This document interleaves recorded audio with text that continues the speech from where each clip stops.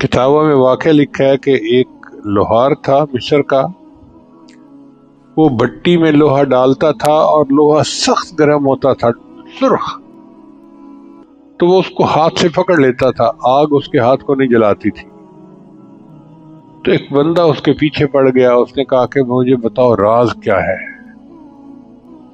اس نے کہا کیا بتاؤں؟ ایک مرتبہ میرے پاس کوئی عورت آئی، اس کو قرضہ چاہیے تھا، عورت خوبصورت تھی۔ میں نے اسے کہا کہ بھائی میں تمہارا کام کر دیتا ہوں، تم میرا کام کر دو۔ وہ بیوہ تھی اور بچے تھے، وہ واپس چلی گئی، کہتی ہے نہیں میں یہ کام نہیں کر سکتی۔ کہتی ہے کہ کچھ دنوں کے بعد پھر دوبارہ آئی، کہنے لگی کہ میں بہت پریشان ہوں، میرے بچے بھوکے ہیں اور مجھ سے ان کی بھوک برداشت نہیں ہوتی، ماں تھی نا آخر، تو مجھے قرضہ دے دو۔ کہتے ہیں میں نے پھر وہی شرط رکھی کہ میں تمہیں قرض دیتا ہوں تم میری خواہش کو پورا کرو، تو مجبوراً اس نے ہاں کر دی۔ کہتے میں نے اس کو پیسے دے دیے اور میں اسے ایک ایسی مکان میں لے گیا جہاں پہ میں اپنی خواہش پوری کر سکتا تھا۔ جب میں اس کے قریب ہوا تو وہ عورت کانپنے لگی۔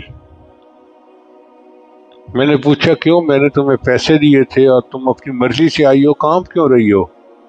اس نے کہا میں نے زندگی میں یہ گناہ کبھی نہیں کیا، بس اب مجبوری تھی بچوں کی جس وجہ سے میں نے ہاں کر دی، میں اب بھی اللہ سے ڈرتی ہوں،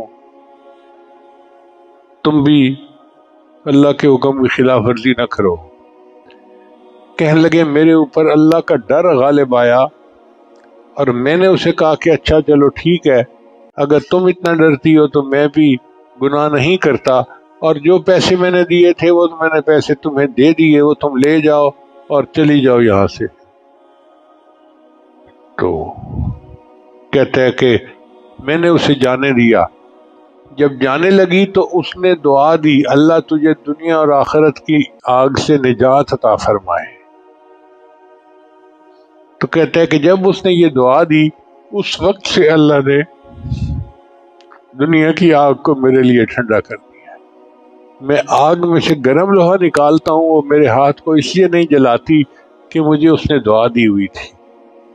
آپ اندازہ لگائیے اللہ تعالیٰ کو یہ عمل کتنا پسندیدہ ہے۔